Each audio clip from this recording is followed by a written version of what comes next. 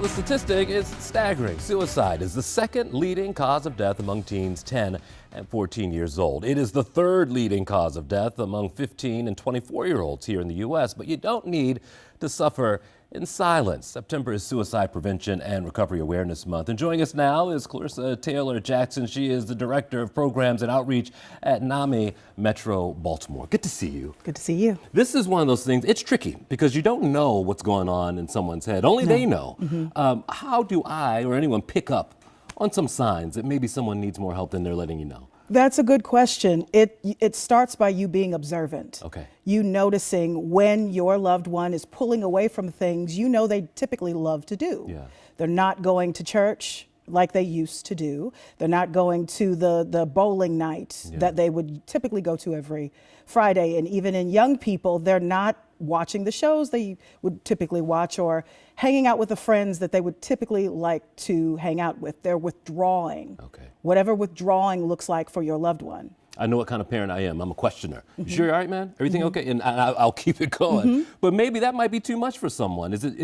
Should I be waiting, or should anyone be waiting for someone to present the issue to you? That's a good question. So there is no right answer. You're not going to get it totally right, but waiting is absolutely the wrong answer. Okay. The first sign of something being off or you noticing something different about your loved one is the time for you to speak up. And language is important, but it's more important that you let them know that you notice this change and that you're open to hearing how they're feeling and that you create the space for them to tell you what's going on with them. And someone's trigger could be anything. I mean, so we don't even know that much. That's why I think it's so difficult to understand what someone's going through. It is, and you know, we're dealing with suicide prevention awareness, and specifically, it's important for us to be clear in our language.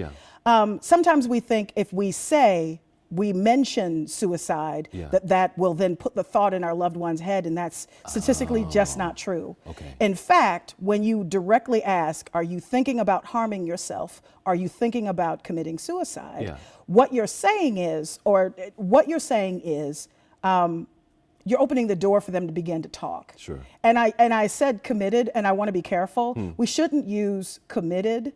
That is tied to criminality and stigma. So words are important. Again, you're going to get it wrong sometimes, but it's important to just try and be there for your loved one.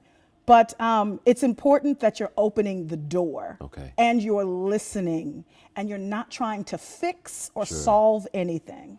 Well, I think the times have changed now, that the resources are everywhere right now. An important one is 988. I feel like this is giving people an opportunity. If you're not okay with that face-to-face interaction, at least there's someone to listen on the other end. 988 has trained facilitators, trained operators who know what to say when you don't. So it's important at the end of the day to have that number, share it everywhere, call it, use it. Even NAMI, we spend a lot of time, we have a lot of programs, classes and support groups and presentations that help share the language to help make it okay for people to talk.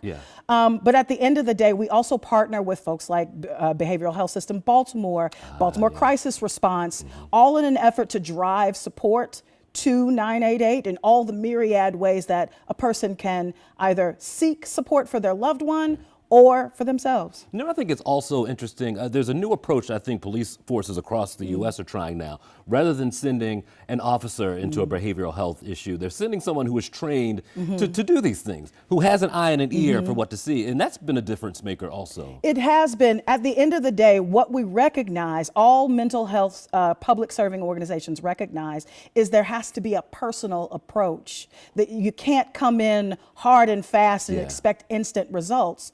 Again, going back to what I said earlier, sometimes you just need to open the space to have the conversation and let the person tell you what's going on with them rather than you going in and diagnosing or saying what you think is happening. And we're saying off the air, the facilitator needs to talk as well. They do. I mean, at the end of the day, they've taken on a lot on their shoulders. What we often take for granted is that there are people who appointed people at the appointed time to do this work, right?